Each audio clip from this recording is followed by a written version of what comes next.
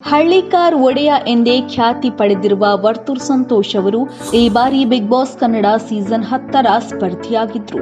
ಶೋನಲ್ಲಿ ಫಿನಾಲೆ ತಲುಪಿ 4ನೇ ರನ್ನರ್ ಅಪ್ ಕೂಡ ಆಗಿದ್ರು. ಅದರ ನಡುವೆಯೇ ಅವರನ್ನ ಹುಲಿ ಉಗುರು ಪ್ರಕರಣಕ್ಕೆ ಸಂಬಂಧಿಸಿದಂತೆ ಅವರನ್ನ ಜೈಲಿಗೂ ಕೂಡ ಕಳುಹಿಸಲಾಗಿತ್ತು. ಇದೀಗ ಹುಲಿ ಉಗುರು ಪ್ರಕರಣ ಮತ್ತೊಮ್ಮೆ ಸದ್ದು ಮಾಡ್ತಾ ಇದೆ.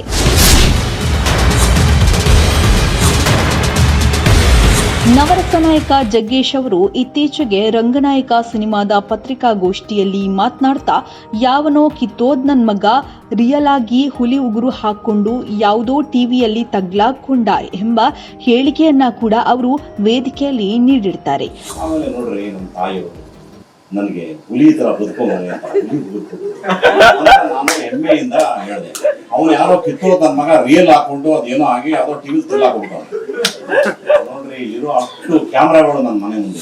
ಇನ್ನು ಈ ಬಗ್ಗೆ ವರ್ತೂರ್ ಸಂತೋಷ್ ಅವರು ಪ್ರತಿಕ್ರಿಯೆಯನ್ನ ಕೂಡ ನೀಡಿದ್ದಾರೆ.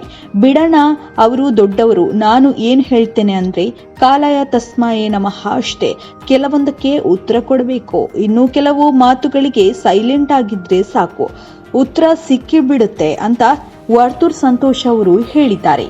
ಈ ಬಗ್ಗೆ ನಿಮ್ಗೆ ಏನನ್ಸುತ್ತೆ? ನೀವು ಕೂಡ ನಮಗೆ ಕಮೆಂಟ್ ಬಾಕ್ಸ್ನಲ್ಲಿ ತಿಳಿಸ್ಬೋದು.